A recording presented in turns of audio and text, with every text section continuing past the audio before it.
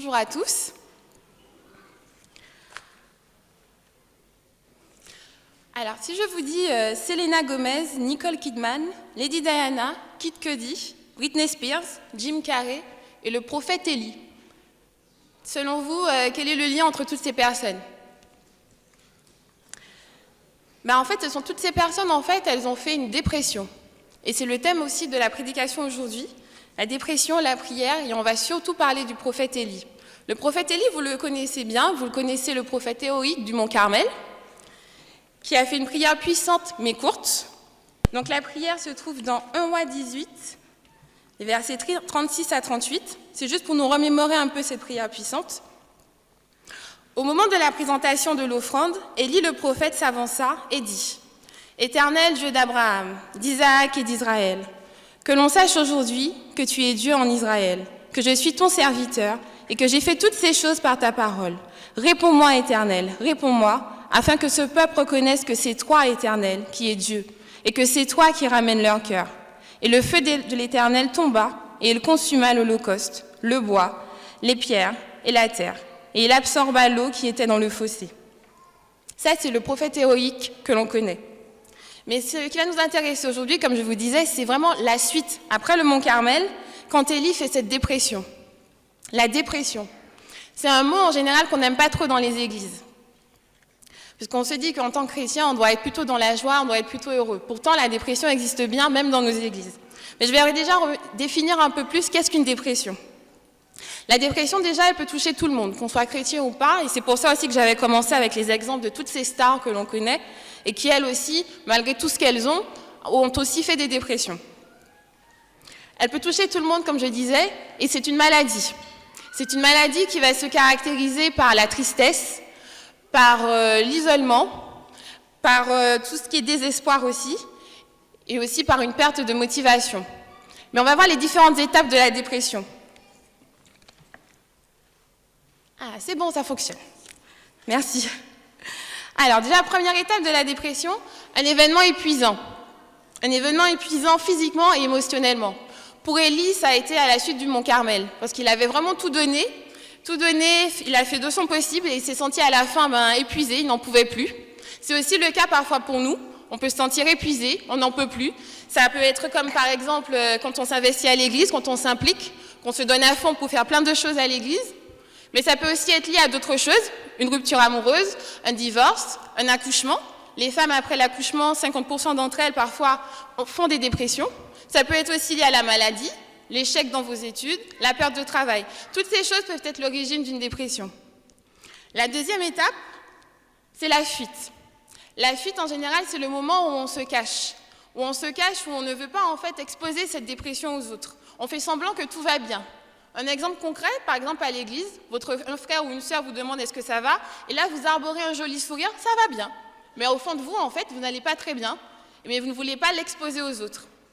Élie, en fait, pour sa dépression, sa fuite, elle a été beaucoup plus figurée, puisqu'il est parti, en fait, il est parti à 150 km d'où il était, et il a été à Beersheba. Nous, en termes de dépression, en termes d'exemple, la fuite, elle va se passer, par exemple, avec votre frigo. Ça peut être ça. Le frigo va devenir votre meilleur ami. Ça va être votre moyen de vous isoler et d'oublier, en fait, que vous êtes mal. Ça peut être aussi, si la dépression vient d'une rupture amoureuse, de le remplacer par un nouveau chéri tout de suite, alors que vous n'êtes pas du tout prêt, en fait, pour une nouvelle relation et que vous avez encore des choses à penser. Ça peut être aussi un agenda surchargé. Vous allez vous rajouter plein de tâches supplémentaires, plein d'activités, tout ça pour oublier, pour cacher, en fait, cette dépression. La troisième étape est vraiment le point où là, vous réalisez, en fait, que vous n'en pouvez plus. C'est le moment, en fait, où c'est vraiment ce point de rupture, le moment du « c'est assez ». Et dans 1 Roi 19,4, Élie le dit. Il dit « c'est assez ». Il réalise en fait son incapacité en fait, à faire les choses, son incapacité à surmonter cette épreuve, cette situation qui le bouffe de l'intérieur et qui l'empêche en fait, de pouvoir être heureux.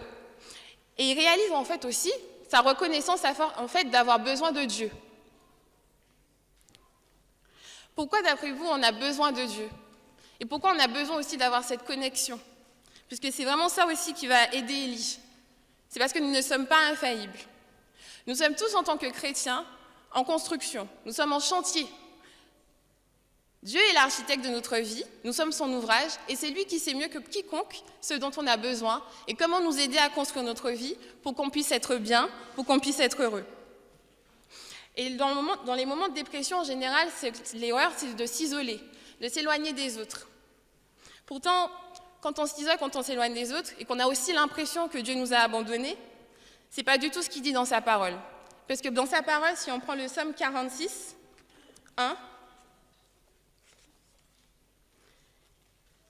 il est écrit « Dieu est pour nous un refuge et un appui, un secours qui ne manque jamais dans la détresse. » Et c'est vraiment cette deuxième phrase qui est importante, « un secours qui ne manque jamais dans la détresse ». Alors, je ne sais pas si vous êtes peut-être dans une situation de dépression en ce moment. Je ne sais pas si peut-être autour de vous, il y a des personnes qui sont dans la dépression. Mais en tout cas, c'est bon de se rappeler que même dans ces moments-là, on a un Dieu qui est auprès de nous et qui ne nous abandonne pas. Et en tant que chrétien, c'est notre valeur ajoutée, c'est même notre plus, de savoir qu'on a un Dieu fidèle qui nous aime et que dans la dépression, il est toujours présent. Je vais terminer avec un exemple de Guido. Guido est le responsable des archives à l'église de Collonges. Et il avait fait en fait à la Maison de l'Espérance une exposition sur la dépression. Cette exposition en fait relate sa propre vie. Guido a fait de nombreuses dépressions. Et il disait en fait que ce qui l'a aidé à pas se battre, mais vraiment à guérir de ses dépressions, ça a été vraiment la main de toutes les personnes qui sont venues vers lui. Mais les mains, en fait, en général, les personnes qui viennent, les autres, les personnes qui nous aident, qui nous permettent de sortir de la dépression, ces personnes ne viennent pas seulement comme ça, ce sont des clins d'œil, en fait, que Dieu nous fait. Et c'est aussi pour ça que c'est important de garder cette connexion avec notre Dieu, par la prière, par les autres, au lieu de s'isoler. Mais je ne vais pas détailler beaucoup sur la partie avec la main de Dieu, puisque je vais laisser Mylène nous donner plus de détails sur cette partie. Merci.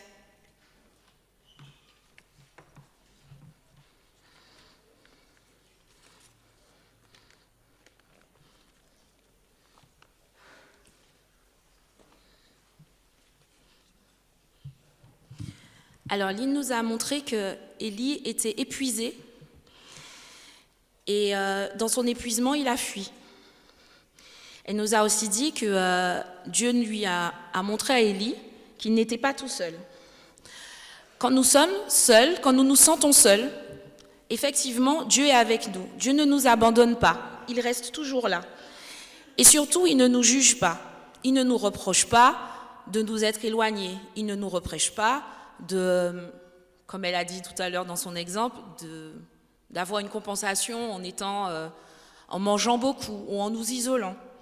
Mais il nous montre qu'il est présent. Et dans le verset 7 de 1 Roi chapitre 20, Dieu envoie un ange pour Élie qui a fui. Il lui dit « Lève-toi et mange ». Et là, Élie regarde et il voit un gâteau cuit sur des pierres chauffées et une cruche d'eau. Ensuite, il se recouche et il dort. C'est lorsque nous sommes au plus bas que Dieu est encore plus près de nous. Alors, cette citation d'Ellen White dans Le meilleur chemin nous dit que nous pouvons ne pas avoir, au moment où nous prions, de preuves spéciales que le Seigneur se penche sur nous avec compassion et amour. Mais c'est néanmoins le cas. Nous pouvons ne pas sentir son attouchement, mais sa main est sur nous, et cette main nous assure de son amour et de ses tendres compassions. Dieu est présent, mais comment est-ce que nous savons que Dieu est présent dans nos vies ? Eh bien, lorsque nous sommes découragés, on a toujours quelqu'un, un ami, un frère, peut-être un membre d'église, qui va venir, qui va poser sa main sur notre épaule, qui va peut-être nous faire un petit gâteau, qui va nous ramener un petit royal soda pour nous faire du bien, parce qu'ils savent que c'est ce dont on a besoin à ce moment-là. On n'a pas besoin de paroles, on a juste besoin d'une petite attention. Aujourd'hui, c'est le Global Youth Day et les jeunes vont sortir pour ce qu'on appelle être le message. En allant dans les rues de Neuilly, ils vont certainement croiser des gens qui font des dépressions, des gens qui ne se sentent pas bien, des gens qui doutent de leur valeur. Et en leur offrant une carte, un sourire, une bouteille d'eau, une fleur, ces petits gestes qui peuvent sembler totalement désintéressés sont aussi ces marques que Dieu agit et que Dieu aime chacun d'entre nous. Dans 1 Jean 3, verset 18, il nous est dit « Mes enfants, il ne faut pas que notre amour consiste uniquement en des discours et en de belles paroles. Ce doit être un véritable amour qui se manifeste par des actes. Oui, ce sont nos actes qui montrent aux autres que Dieu nous aime, que Dieu est présent. Et ces actes, Dieu nous les montre à travers l'histoire d'Élie. 2 fois, Dieu envoie un ange. La première fois, juste pour lui donner un gâteau. Et la deuxième fois, pour l'encourager. Il lui dit « Mange, car le chemin est trop long pour toi. » Dieu sait que nous avons besoin de repos. Nous avons des semaines longues, compliquées. Nous sommes en transit entre 2 avions. Nous avons beaucoup de déplacements, des réunions. Nos charges sont lourdes, nos études sont lourdes. Nous avons beaucoup de devoirs et nous sommes fatigués. Nous sommes à l'église, nous arrivons de bonne heure, nous avons les activités et après les répétitions. Tout ça, c'est fatigant. Mais Dieu nous donne, il nous invite au repos. Ce repos, Dieu le donne à Élie et l'invite à la méditation. Ce temps de méditation, c'est un temps de prise de conscience. À ce moment, Élie prend du recul. Il analyse tout ce qui ne va pas. Il prend le temps de parler avec Dieu. Il exprime tout ce qu'il a sur le cœur, son désespoir, son mécontentement, sa colère. Il le dit. Oui, Seigneur, je suis resté seul prophète de Baal. J'étais là, présent sur le mont Carmel, tout seul. Je suis vraiment fatigué. Et Dieu le laisse s'exprimer, parce qu'il a besoin de cela. Il se sent abandonné, il se sent rejeté, il se sent peut-être trahi. Et c'est peut-être ce que nous ressentons dans notre vie. Le temps de repos que nous pouvons aussi avoir lors du sabbat, mais que nous avons aussi lorsque nous prenons le temps de nous mettre à l'écart, c'est un temps aussi où nous pouvons vivre le pardon de Dieu. David nous dit « Tant que je me suis tue, mes os se consumaient ». Le pardon nous libère, le pardon nous aide à nous sentir mieux. Et c'est à partir du moment où nous nous sentons pardonnés, où nous avons pardonné, à ce moment-là commence le temps de la guérison. La guérison ne se fait pas en un claquement de doigts. Elle n'arrive pas du jour au lendemain. Elle prend du temps. Dieu sait que nous avons besoin de temps pour nous reconstruire. D'ailleurs, si on lit le reste de l'histoire d'Élie, il avance, il se lève et il marche. Et ensuite, il y a un tremblement de terre. Et ensuite, il y a un vent violent. Mais ce n'est pas encore le moment où Dieu s'adresse à Élie. Il attend un murmure doux et léger. Dans notre reconstruction, nous vivons des tremblements de terre violents. Nous avons des chocs à remonter. Nous avons parfois des crises à surmonter. Mais Dieu ne nous abandonne pas et il nous parle toujours dans un temps calme. Lorsque nous réclamons le Saint-Esprit, il nous donne l'espoir. Lorsque nous avons perdu notre voie, il nous rappelle que Jésus est le chemin. Il nous redirige. C'est comme si notre vie était, nous avions notre GPS et que notre GPS avait bugué. Il a besoin d'être réinitialisé pour pouvoir retrouver le bon chemin. C'est exactement ce que Jésus fait avec notre vie.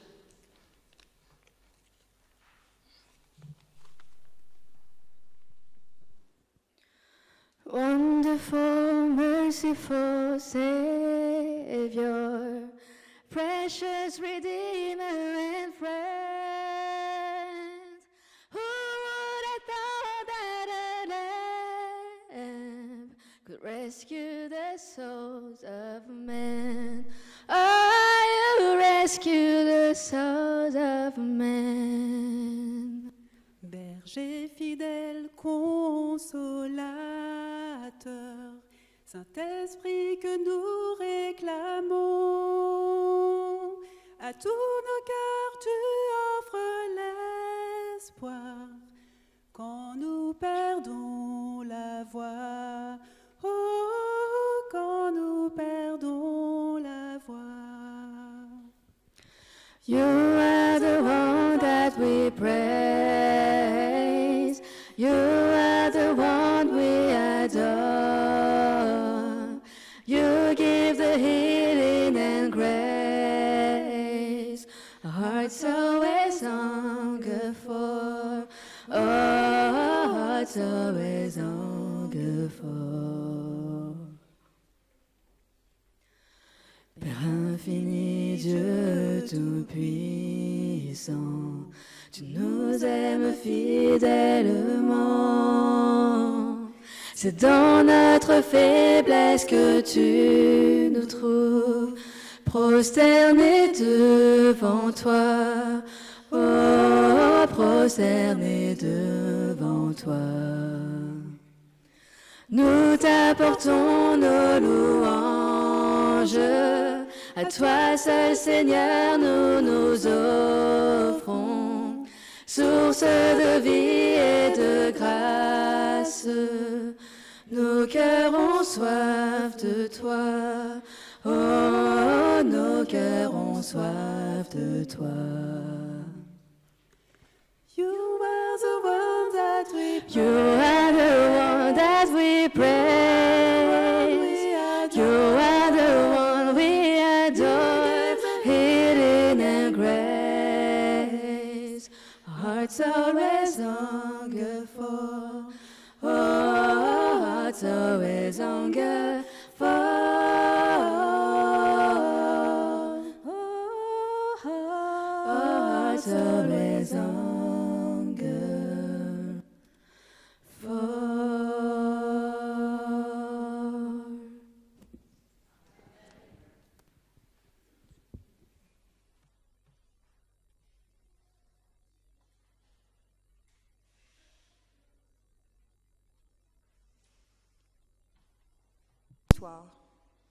Élie est toujours sous son genêt. Mais qu'est-ce qu'il attend? Sa prière, c'est assez. Il nous dit dans 1 Roi 19 au verset 4, « C'est assez maintenant, Éternel. Prends mon âme, car je ne suis pas le meilleur de mes pères. » Mais de qui parle-t-on? Le prophète Élie. Cet Élie qui, quelques versets auparavant, a fait descendre le feu du ciel. C'est Élie qui, un peu plus tard, a prié pendant plusieurs jours avec persévérance pour que la sécheresse cesse et que la pluie tombe. Élie connaît Dieu, Élie sait prier. Pourquoi nous raconter une telle histoire dans la Bible? Pourquoi nous parler de cet homme qui va douter? Pouvons-nous imaginer que quand on a Dieu dans sa vie, on doute? Pouvons-nous douter, être désespérés, tomber dans la dépression quand nous avons Dieu dans notre vie? Et pourquoi pas? Ésaïe, Daniel, même Jésus. Père, pourquoi? Oui, le Christ a connu son moment de dépression, mais la dépression pas comme celle que nous entendons aujourd'hui dans nos vies, des dépressions longues. Dans la Bible, il y a des dépressions que j'appellerais courtes, où le silence de Dieu, le but visé, est le temps. Tant que le but n'est pas atteint, le silence de Dieu. Il va rester dedans, il va patienter. Abandon total, comme un holocauste à la volonté de Dieu. Non pas ma volonté, mais la tienne.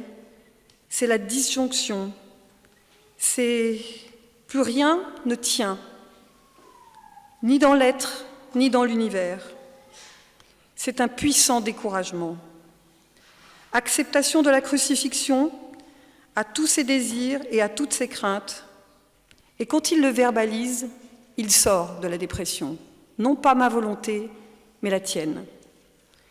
La dépression intime était une concentration sur soi, un internement. Mais plus proche de nous, Mère Teresa, 20 ans à Calcutta, désespérée de voir qu'elle ne peut rien faire pour changer la situation de ce monde. Ou encore Martin Luther King, avec ce rêve d'une Amérique unie où noir et blanc marchent ensemble. Oh, ne soyez pas choqués. N'oublions pas que Élie attend que Dieu le libère de la vie. Oui, Élie attend la mort. Il pense que c'est fini. Mais Dieu a bien d'autres plans pour Élie. Vivre en tant que chrétien, ne veut pas dire que notre vie sera sereine, calme, joyeuse, paisible, qu'il n'y aura pas d'embûches, qu'il n'y aura pas de difficultés. Mais la différence, c'est Dieu. C'est ce que Dieu fait dans ma vie. C'est comment Dieu me soutient et comment il m'aide à traverser les difficultés. C'est ma confiance et ma foi dans les promesses de Dieu. Je peux perdre confiance en moi, mais je ne peux pas perdre confiance dans les promesses de Dieu. Et je ne peux pas douter de sa présence dans ma vie. Au verset 6, comme vous l'avez entendu, on apporte un premier petit repas, je dirais une collation à Élie. Une petite collation pour le préparer, parce que Élie est resté certainement pendant longtemps sans manger. Quand on jeûne pendant longtemps, on ne peut pas reprendre une nourriture solide tout de suite. C'est une préparation. Et on a dit aussi que lorsqu'on est déprimé, la nourriture peut être soit le dégoût total, ou au contraire notre meilleur ami pour combler, remplir ce vide. On mange sans même savoir pourquoi, mais on mange, parce que quand on est plein, on a l'impression qu'on n'est plus seul. Et puis l'ange vient une deuxième fois. Entre les deux, il se passe du temps, le sommeil, le repos, peu importe. Et là, il vient amener une nourriture solide, une nourriture qui donne des forces. Dieu a prévu autre chose pour Élie. Élie ne le sait pas encore, mais Dieu veut l'emmener quelque part. Dieu a un rendez-vous avec Élie et Dieu veut le conduire. Alors il lui donne de quoi aller jusqu'à ce rendez-vous, marcher pendant 40 jours. Dieu nous équipe dans la difficulté. Dieu est toujours présent. Alors Dieu attend Élie à ce rendez-vous. L'ange de l'Éternel vint une deuxième fois, le toucha et dit « Lève-toi et mange, car le chemin est long pour toi. » Il se leva, mangea et but. Puis, avec la force que lui donna cette nourriture, je dirais avec la force que Dieu lui donna, il marcha 40 jours et 40 nuits jusqu'à la montagne de Dieu, jusqu'à Horeb. Élie a rendez-vous avec Dieu à Horeb, la montagne de Dieu, la montagne de l'Alliance. On a l'impression qu'Élie, dans toute sa dépression, est conduit, il subit. Mais Dieu le conduit vers lui. Dans la dépression, on est, même malgré soi, parfois simplement un traumatisme, une agression, une perte de confiance, un divorce, vous l'avez entendu. On a l'impression qu'on descend. Élie descend. Que Dieu le conduit dans les profondeurs divines. Dieu conduit Élie à la montagne. Voyez cette double image ? Élie a l'impression de descendre, mais Dieu veut l'amener plus haut. Dieu veut lui faire connaître la hauteur. Horeb, le rocher qui a été frappé dans Exode 17. Lui, le tremblement. Lui, le feu. Lui, la tempête. Le rocher d'où devait sortir de l'eau, dans Psaume 22. Le silence de Dieu. Expérience de la foi qui cesse de s'agiter. Mon Dieu pourvoira à l'Holocauste pour le sacrifice. Descendre pour connaître Dieu. Mais Dieu sera toujours plus bas que nous dans la déroute, dans la descente, dans la dépression. Nous savons que Dieu, avant nous, connaît nos souffrances. Dieu souffre avant nous, Dieu souffre plus que nous. Il souffre pour nous. Dieu n'en a pas fini avec Élie. Dieu n'en a pas fini avec nous ce matin. Dans Luc 12, au verset 48, deuxième partie, on demandera beaucoup à qui l'on a beaucoup donné et on exigera davantage à celui à qui on a beaucoup confié. Mais Dieu comprend. Élie attendait la fin, il se préparait à mourir. Et Dieu lui demande de marcher, d'aller encore plus loin. Dieu veut plus de nous, Dieu veut plus de vous. Il nous connaît, il sait de quoi nous sommes formés. Mais pour cela, il nous équipe et surtout, il est avec nous. Élie n'avait pas l'énergie nécessaire pour se mettre en route à la rencontre de Dieu, mais ce fut pourtant ce moment-là, c'est Dieu qui lui donna la force d'y arriver. Comme Élie attendait, il y eut un vent fort et violent qui déchirait les montagnes et brisait les rochers. L'Éternel n'était pas dans le vent. Après le vent, il y eut un tremblement de terre. L'Éternel n'était pas dans le tremblement de terre. Après le tremblement de terre, il y eut un feu. L'Éternel n'était pas dans le feu. Après le feu, il y eut un murmure doux et léger. Voici ce que tout héros de la prière doit apprendre. Prêtez une oreille attentive afin d'entendre ce murmure doux et léger. Alors Élie, qui gisait sous son genêt, appelant la mort, croyait fermement que ses beaux jours étaient finis. Mais Dieu voyait les choses différemment.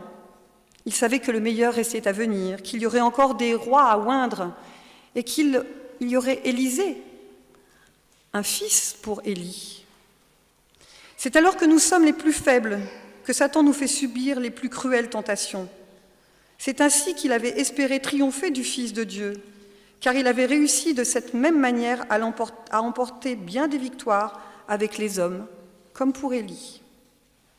Il en est de même aujourd'hui lorsque nous sommes assiégés par le doute, rendus perplexes par les circonstances, lorsque nous sommes éprouvés par la pauvreté ou l'affliction, alors Satan s'efforce d'ébranler notre confiance en Dieu. C'est à ce moment-là qu'il étale devant nous toutes nos fautes et nous incite à douter du Seigneur et de son amour. Il espère nous plonger notre âme dans le découragement, tout en nous faisant perdre le contact avec Dieu. Le découragement peut ébranler la foi la plus solide, affaiblir la volonté la plus ferme. Mais Dieu comprend. Dieu comprend tout. Or, nous comprendre pour Dieu ne consiste pas seulement à nous parler, nous communiquer des notions, des visions et de lui, mais aussi à pratiquer l'hospitalité envers nous. Car c'est le signe de ce mot, la signification de ce mot hospitalité, c'est comprendre. Comprendre consiste à prendre avec soi, en soi, chez soi. C'est un acte d'hébergement, d'accueil, d'adoption. C'est entrer dans une relation profonde, quasiment fusionnelle. Il s'agit pour Dieu de nous prendre en lui, avec lui, chez lui. C'est Dieu qui fait l'effort de nous comprendre alors qu'il est Dieu. Il ne cesse d'aimer et d'avoir pitié de ses enfants. Il lit dans nos cœurs les intentions et les desseins qui les animent. Attendre avec patience et confiance lorsque tout paraît sombre, voilà ce que tous ceux qui ont la charge de l'œuvre de Dieu devraient apprendre. Le ciel n'abandonne jamais les siens dans l'adversité. Aucune situation n'est apparemment plus désespérée et cependant plus triomphante que celle de l'homme conscient de son néant et pleinement conscient de Dieu. Ellen White dans Patriarches et prophètes. Alors on regarde autour de soi et dans une dernière prière, on s'écrie à Dieu, « Seigneur, sauve-moi, si tu n'interviens pas maintenant, je suis perdu. » Mais les jours passent et c'est le silence de Dieu. Dans quelle situation êtes-vous aujourd'hui? Si vous êtes Élie sur le mont Carmel, demandant que le feu descende du ciel, loué soit Dieu. Oui, c'est vrai, nous aimons ce Dieu qui fait des miracles extraordinaires. Nous aimons moins le Dieu silencieux. Mais s'il vous plaît, rappelez-vous qu'il n'y aura pas toujours des expériences comme celle de cette montagne. N'oubliez pas que le son de la voix de Dieu peut être très doux.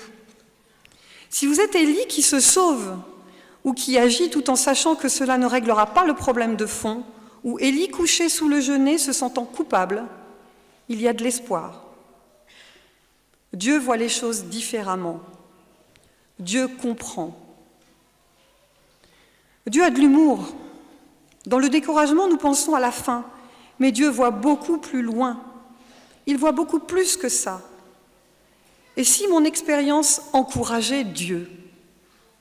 Si mon expérience pouvait servir à Dieu? Si l'expérience d'Élie devait servir à encourager Dieu, Dieu a préparé l'expérience d'Élie pour s'encourager lui-même. Quand Élie descend pour encourager Dieu sur la montagne de la Transfiguration, Élie et Moïse. Pourquoi Élie? Qui envoyait d'autres? parce que celui-là seul connaît l'expérience de la descente, de la dépression. Le décentrement de l'être humain, accepter de descendre pour que Dieu n'abandonne pas, trésor des profondeurs, insoupçonné. Les préoccupations continuelles du moi, c'est la dépression. Se décentrer de soi, c'est la hauteur insoupçonnée. Alors, juste un instant de témoignage avant de terminer. Lorsque j'ai été invitée à participer à ce culte et que j'ai lu ce message, cette prédication, guide de cette prédication de ce matin, la prière, le découragement, la dépression, c'était une réponse de Dieu, personnelle, parce que depuis plusieurs mois, voire même peut-être plusieurs années, je glissais lentement vers une dépression longue, insidieuse, que je n'avais même pas imaginée. Et dans ce message, Dieu m'a parlé, et Dieu m'a relevé. Et j'espère qu'il en fera de même pour chacun d'entre vous aujourd'hui, parce que la dépression peut toucher tout le monde, les enfants, les adultes, les personnes âgées, et que parfois on ne s'en rend même pas compte. Je dirais encore une fois, Dieu comprend et Dieu répond. Il est prêt à vous bénir aujourd'hui. Êtes-vous prêts? Amen.